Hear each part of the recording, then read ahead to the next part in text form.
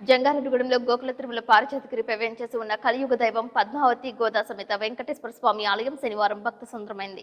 ఆలయంలో వివిధ దేవతామూర్తులకు సారెను సమర్పించారు. భారీ స్థాయిలో భక్తులు ఆలయానికి చేరుకుని పూజలు చేశారు. పలువురు సహపంక్తి భోజనాలు చేశారు. జంగారెడ్డిగూడెం పట్టణానికి చెందిన వాసవి సాయి నాగేష్, వెంకట వరలక్ష్మి తనయ, మేఘన శ్రీ సాయి వాసవికి ఉద్యోగం వచ్చిన సందర్భంగా మొదటి నెల జీతంతో భారీ స్థాయిలో అన్నదానం ఏర్పాటు చేశారు. ఆలయ ప్రధాన అర్చకులు నల్లూరి రవికుమారాచార్యులు, ఋషి అర్చకులు అగ్నిహోత్రం కుమారాచార్యులు ఆధ్వర్యంలో స్వామివారికి విశేష కైంకర్యాలు జరిపారు.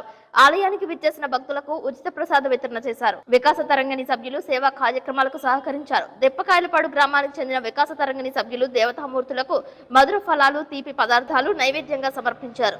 పల్లోతు రాంబాబు, రామలక్ష్మి దంపతులు, కంటమణి శ్రీనివాస్, అన్నపూర్ణ దంపతులు తదితరులు పాల్గొన్నారు.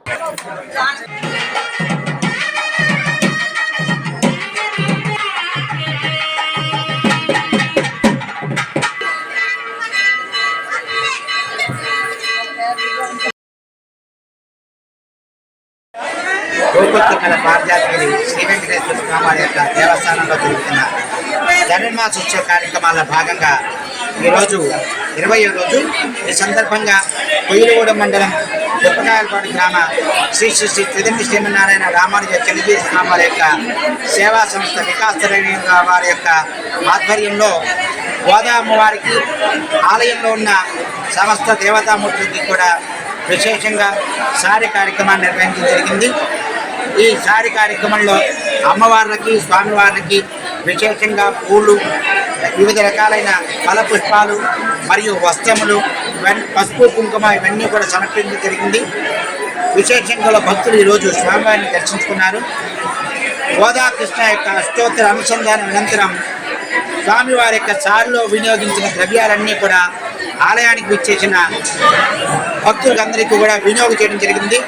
అంతేకాక ఈరోజు శనివారం కావడంతో ఆలయంలో అన్నప్రసాద వితరణ కూడా కార్యక్రమం జరిగింది. మన జంగారెడ్డిగూడెం పట్టణానికి చెందిన వాసవి నగేష్ దంపతులు ఈరోజు అన్నప్రసాద వితరణ కార్యక్రమానికి ఉభయదారులుగా వ్యవహరించారు.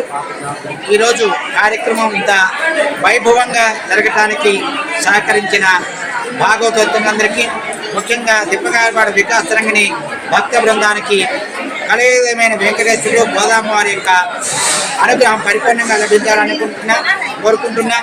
అంతేకాక ఈరోజు అన్నప్రసాద వితరణ మన వాసవి నగేష్ వారి యొక్క కుమార్తెకు మన స్వామివారి యొక్క సన్నిధిలో విన్నపం చేసినందు వలన చక్కటి ఉద్యోగం లభించడం వలన ఈరోజు అన్నప్రసాద కార్యక్రమాన్ని జరిపించారు.